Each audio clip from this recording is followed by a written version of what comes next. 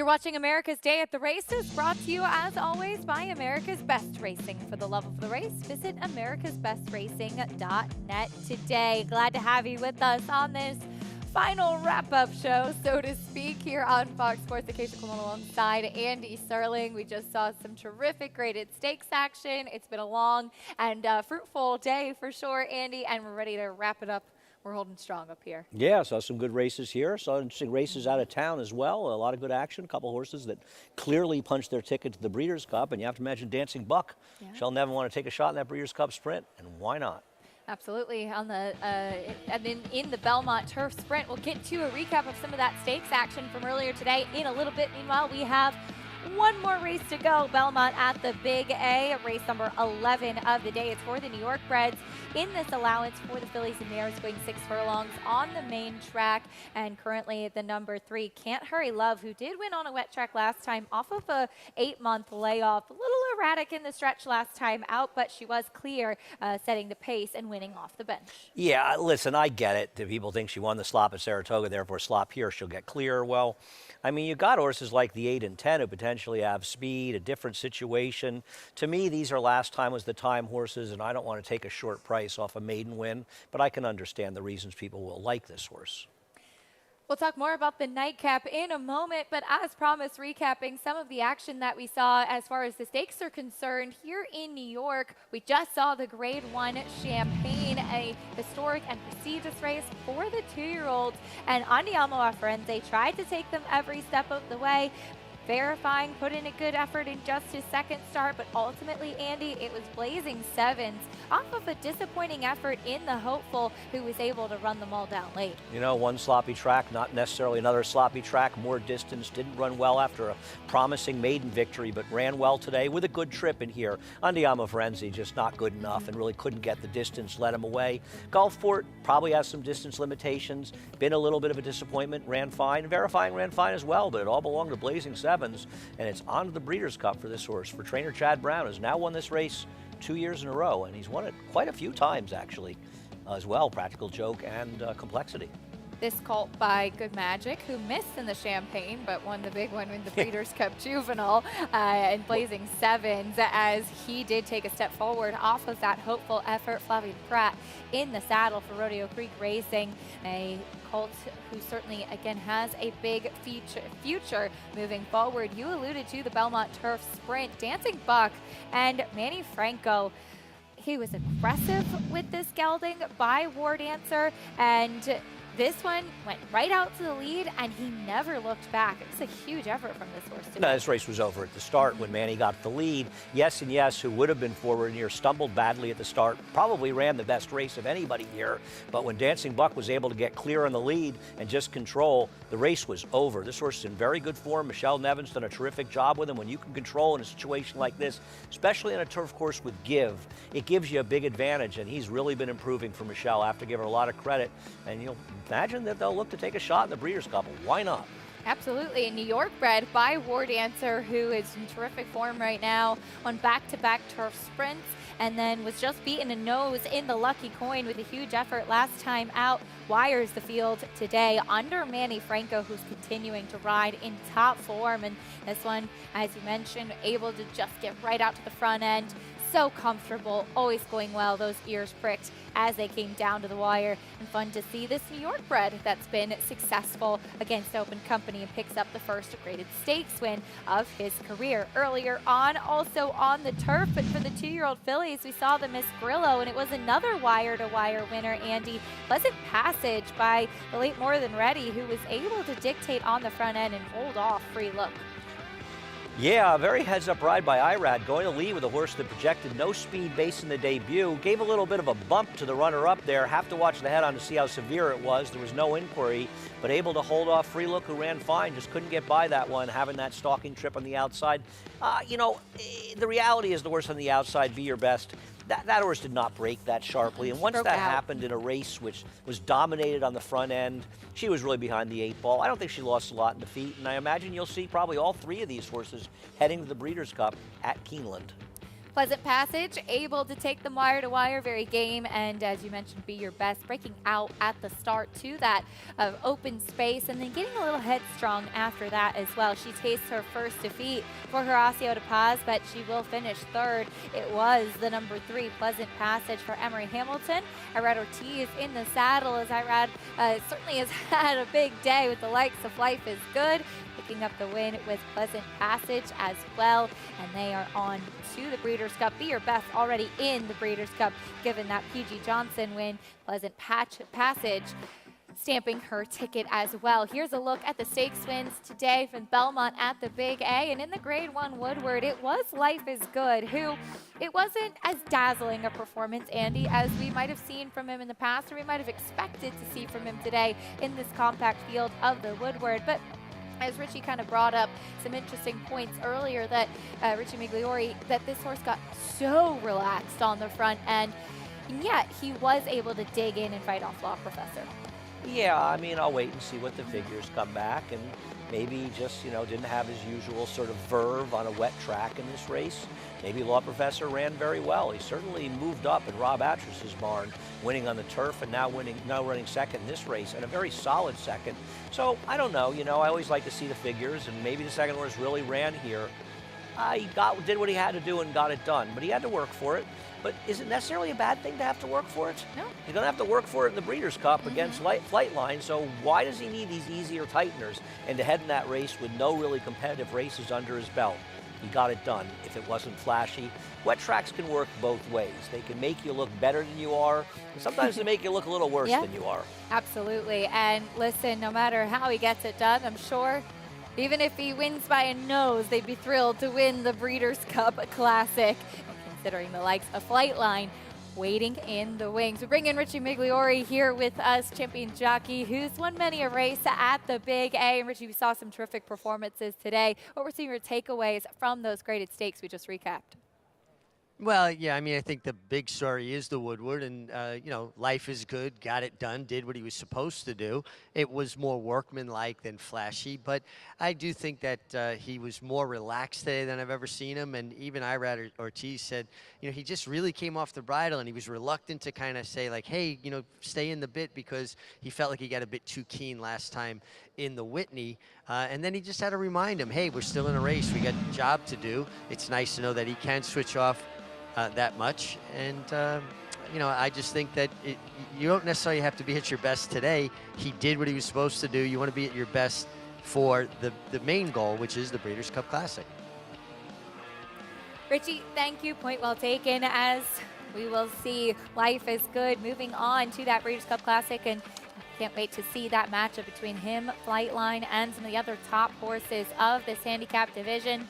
Not to mention the up-and-coming 3-year-olds on the scene as well. You can join Naira Bets today and play all of the action on our program, plus a whole lot more, while earning up to a $200 deposit match bonus.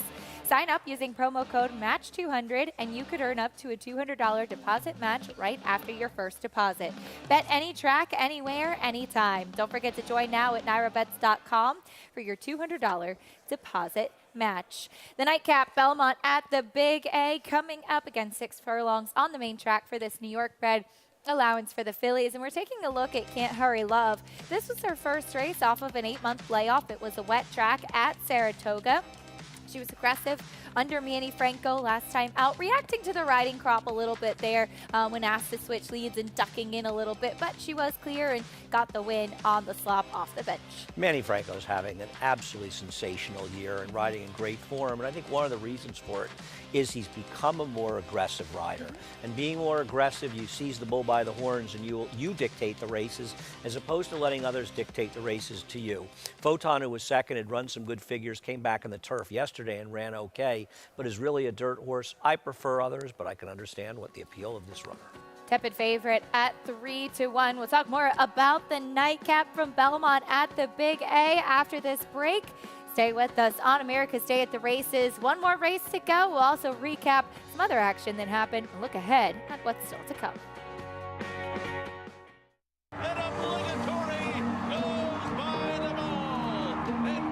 Here comes Malathon. Here comes Clariere on the outside. They're coming to the finish, and it's going to be Clariere. Ness looks the best. She won by better than 10 lengths. Cody's Wish on the outside. Cody's Wish with the upset in the Fargo. Malathon grabs the lead in deep stretch, and Malathon has won the Personal Ensign Stakes. Curling, the classic sire.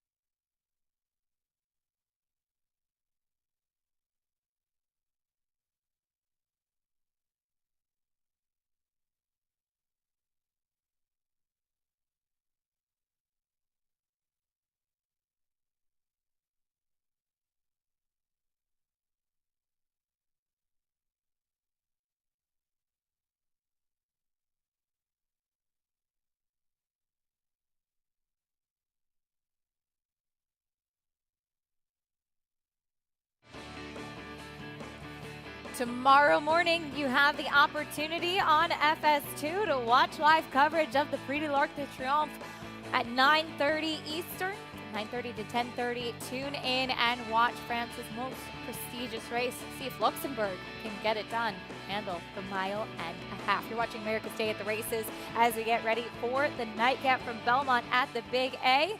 Andy, let's meet the field as they step onto the track, starting with Captivating Cara. Captivating Cara is a 1 for 27 lifetime, a filler at best, whose recent form leaves something to be desired.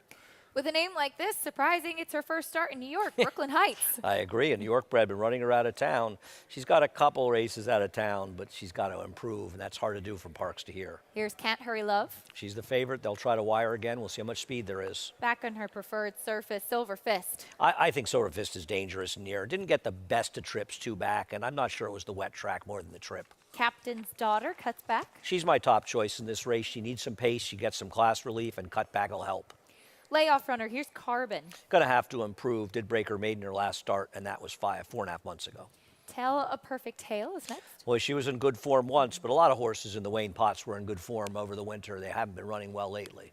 Here is the number 8, Rebut's Valentine. She's my other choice in this race. I think she's very dangerous and has speed and should get a good trip. And the number 10, Patria to the outside. Another horse who can be forward in this race, but is she good enough? That's the field for the Nightcap, Belmont at the Big A. As we'll take a look at the number 5, Captain's Daughter. I know who you like, cutting back in distance. I know how Andy Sterling feels with the turn back, and it does seem like it should do wonders for her. She's not only been facing horses going longer distances, but she's been facing some salty company as well. Totally agree. Two back, the rider just took her out of the race early. Thought Trevor rode her well and aggressively behind Truancy, who was an overwhelming favorite. Looks like maybe stakes in the future for her. She went after that horse, just couldn't finish it up, but she tried to win. And in trying to win, I'm not blaming Trevor, it sapped her a little bit towards the late stages. I think she'll benefit from the cutback in here. She's run well going shorter. She'll need some pace to close into. I think the concern is, has she had too heavy a load? Here is the number 8, Rebut's Valentine. It'll be her second start off of a layoff as well, and she showed some speed last time out. This is a good example, in my opinion, of people look and go, oh, look, well, she ran twice in a wet track and didn't run well, and she wanted a dry track. To me, that would be foolish. I thought her first race actually wasn't that bad, behind a very nice horse in Lilu. Then she wins her second start and wins decisively, long layoff. And while she didn't run great last time, I don't think she ran that badly. Cupid's Heart, who won the race, was off a layoff, and that was the final race of the Saratoga meet, actually. And Cupid's Heart wasn't losing that race, even she did a somersault out of the gate. So she just kind of ran to a horse that was ready to roll. And I don't think that performance was bad, and she could be an outside stalking speed type. Here's a look at the number 4, Silver Fist, getting a big warm-up from Eric Cancel. She comes back relatively quickly off that last effort, but she didn't do much running, and she's just not a turf horse. No, she was on the wrong surface. Her effort was a non-effort. It might as well have been a workout last time out. And I thought her race 3 back was a very good one. She was very game to be second behind Let Her Inspire You, who's a very talented Todd Pletcher runner, who has a win and a close second in the stake. And then she got kind of caught inside last time, just in the wrong spot at the wrong time. Wasn't beating Lilu anyway, who came back to win. And I think she's interesting if you're looking at a price. I actually fooled around with the 4, 5, and 8, but I did pick the 5, though, 4 to 1. A little on the low side. For more on these horses in the Nightcap warming up, let's go back to Richie. We'll stick with the 4-horse Silver Fist, who's so well turned out. She's such a pretty filly, really well balanced, put together. Her conditioner, Chuck Lawrence, really sent her here in good form. She's a filly that has a bit of a tendency to want to lug in a bit, propensity to run more towards the inside. Not the easiest horse to ride, but from a physical perspective, I really like her. And I can never get past her races last summer as a 2-year-old in Saratoga. I thought she was very game. I mean, she was second, well beaten, but not that far off in her second start, being third against Vente Valentine. So I think Silver Fist is quite interesting. The 3, Can't Hurry Love, coming off a win, looks terrific. Handled the slop last time, obviously. My problem and question is what kind of trip does she get? I see a lot of speed in here, and she seemed very, very effective last time, flaunting that kind of speed. I think there's going to be a massive pace on for these type of horses, and I think it really sets up well for the 5, Captain's Daughter. She's, a true closer. She's won going 6 furlongs where she finished strongly. I like the turn back for her because she gets the kind of pace, and she made a nice physical impression, this daughter of midshipmen. So I think she's very interesting. And the 8, Rebo's Valentine. Liked the way she looked. Liked her in the paddock. She's carrying good weight. Liked the way she galloped off, making a real nice physical impression as well. But I'm going to the 5, Captain's Daughter, because I think the race sets up well for her. So let's see if Captain's Daughter can sail on home. He can't help himself. He was so excited for that one. We love it, Richie. We'd be surprised if he didn't take that opportunity. Captain's Daughter, Richie and Andy liking this one, as the number 10, Patria, taking a little attention to the outside as well. She's another pace presence in here, Andy. She is, potentially, but she does seem to be a little better on turf. But she's definitely a horse that could be involved earlier. I'm shocked at how much money she's taking in this race. I don't quite get it. Oh, she's got Irad Ortiz. Oh, there you go.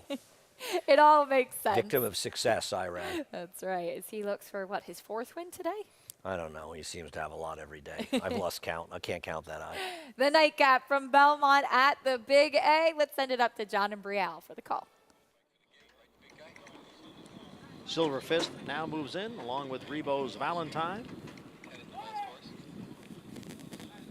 And on the extreme outside is Patria.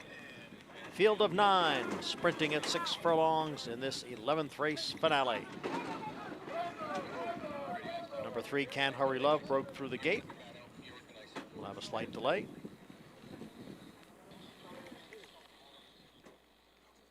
Can't Hurry Love, the current 5-2 favorite.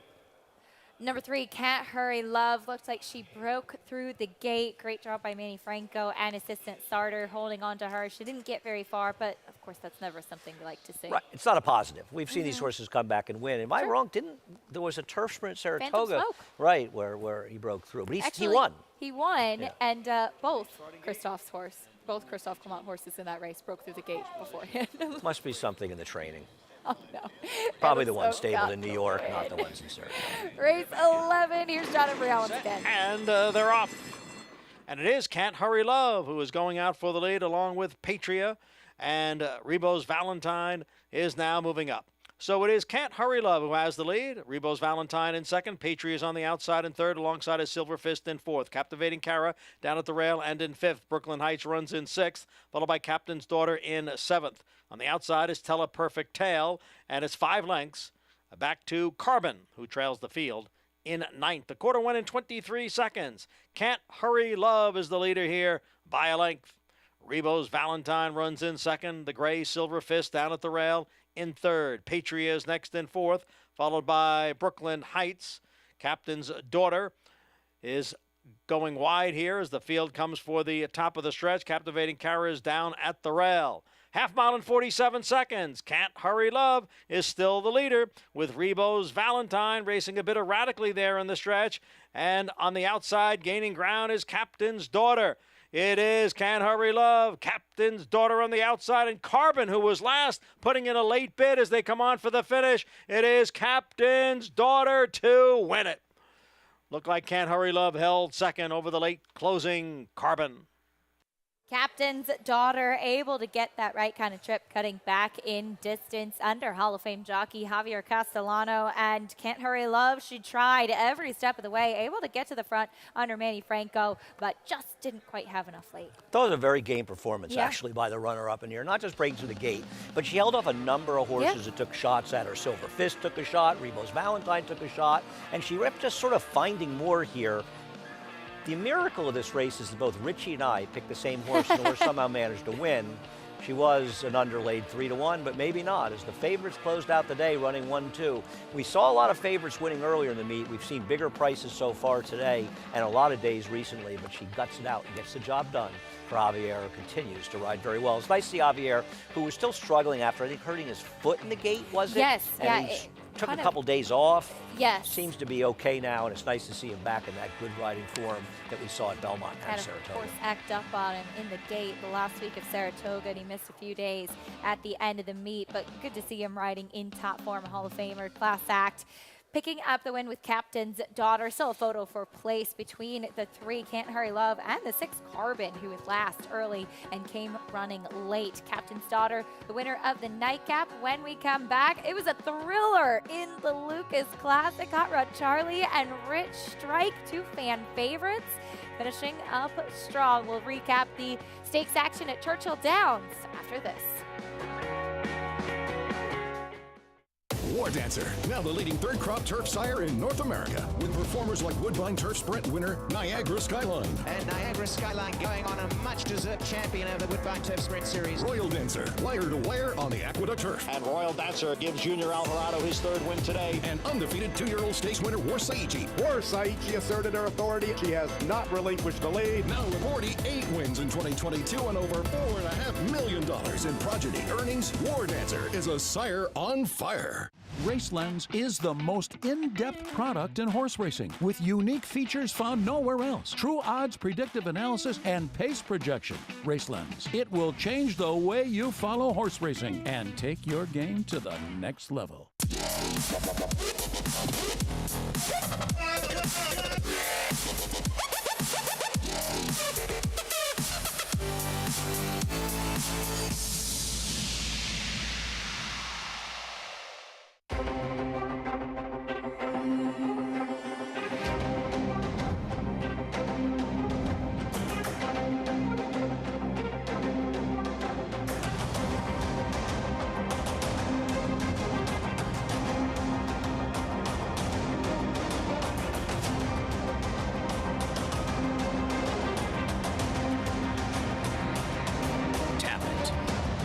Standing at Gainesway.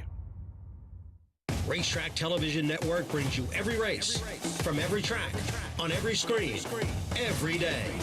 With monthly packages starting as low as $5, RTN gives you great value and access to more live HD streaming and race replays than anyone. Visit RTN.tv today to sign up and watch on almost any device, including Roku and Amazon Fire. RTN has packages that start at $5 per month.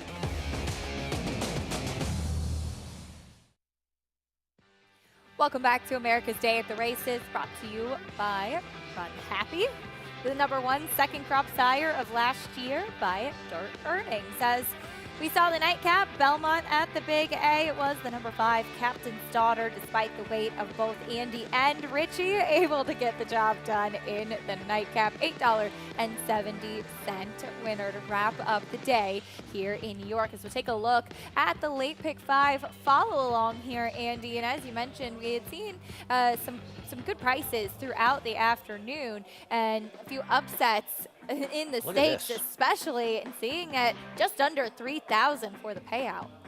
So basically a free pass in the first race, and it's a little over an $8,000 parlay, and you paid $12,000, paid $3,000 for 50 cents. with Life is Good, and people who look at it and say, oh, what's it going to pay? Life is Good starting it out. Well, what did it pay? A lot. Absolutely. Hope you had it with that free bingo square, so to speak. Meanwhile, earlier today at Churchill Downs, there was a lot of exciting graded stakes action as well. So take a look at what happened in the ACAC. It was an upset here too, Andy. Senor Buscador able to get the win for trainer. I'm missing my page here for trainer Todd Fincher, coming out of the Pat O'Brien, finishing third last time out, closing on the outside, and it was a big effort from this horse, and yet another disappointing one from Speaker's Corner. Yeah, Speaker's Corner really paid the price for chasing Life is Good and Flightline and back-to-back races, and he probably should get some award for being a valiant loser in those races, but he's clearly lost that terrific form he had earlier in the year.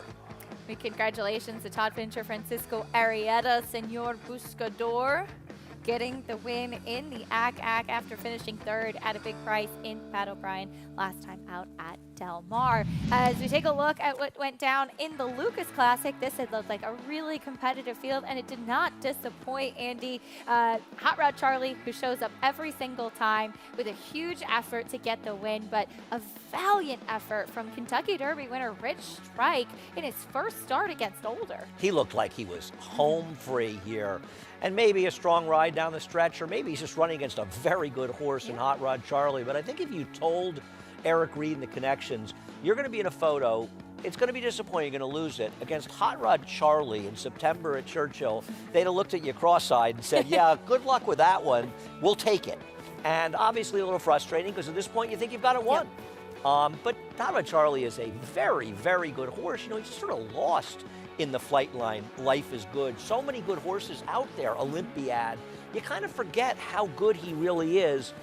Obviously, Art Collector, the disappointment in here, but I think we saw it. We talked about it, Acacia. His efforts this year weren't as good as last year. He's been a terrific horse, just not the horse he was in the past. Owner Bruce Lunsford. I love Hot Rod Charlie. Glad to see him get the win, but I got to tell you, I have quickly become a gigantic Rich Strike fan. Me too, and it was great to see he backed up his Derby performance with that fourth place finish in the Run Happy Travers, and did it yet again, getting some more credibility with a huge effort behind Hot Rod Charlie in the Lucas Classic. As we take a look at the Classic division leaders, Flightline, of course, the one that we're not seeing run this weekend. He is the horse that won the Pacific Classic by this astounding margin, and obviously has been tremendous in the few races that we've seen from him on the track so far. He's waiting in the wings. He seems to be a horse of a lifetime type, but if we get a chance to see everybody line up, that will certainly be a matchup for the ages. Yeah, I mean, he's a very exciting horse, obviously. I mean, I think that this is probably the most talented horse we've seen going the Classic, I guess, since Ghost Zapper. I mean, to be fair, we saw a very good performance by Arrogate. California Chrome had that good year. This is an exceptional horse. Together was terrific, and Arrogate went on to a huge effort after that. Here, I think we have two really good horses coming in off two strong campaigns. Well, I think one of the biggest compliments you can pay to Life is Good is people think, I mean, to Flightline is, people don't think Life is Good has a chance against him. Now, I'm not one of them. I think he's going to run very well against him, but I can understand feeling like that. That's how good Flightline is, because this is a very, very, very good horse. Maybe not his best effort today, but that's okay. Wet track probably had something to do with that, maybe as much as anything. The Woodward Over Law Professor, as it's exciting leading into that Breeders' Cup. And oftentimes, Andy, we do see in the older male handicap division, maybe some horses going off to stud, maybe the division's starting to look a little light, maybe the 3-year-old's not as good. None of that is the case this year. Oh, no, no. We've got, I mean, look at it this way. Nobody's even talking about Olympiad. And Olympiad is a very, very good horse. There's good 3-year-olds. There's good older horses. There are good horses in a lot of divisions. So this Breeders' Cup is shaping up to be a very exciting one this year. We've got the likes of Epicenter and Taba for the 3-year-olds waiting in the wings as well. Hopefully we'll get a chance to see all those big names matching up. It's been a long day, but it's been a lot of fun, my friend. You're off tomorrow. So I am off tomorrow. You did a tremendous job today filling in. Greg not able to be here, and you worked about 20 hours today, so thank you for that effort. Thank you for joining us today on America's Day at the Races. We saw Life is Good in the Grade 1 Woodward add his name to the history books, but will that Breeders' Cup Classic have in store for us moving forward. We'll soon find out. We'll be back tomorrow to wrap up the week at 12:30 on Fox Sports 2. For Andy Serling, Richard Migliori, I'm Acacia Clement. Good night, everybody.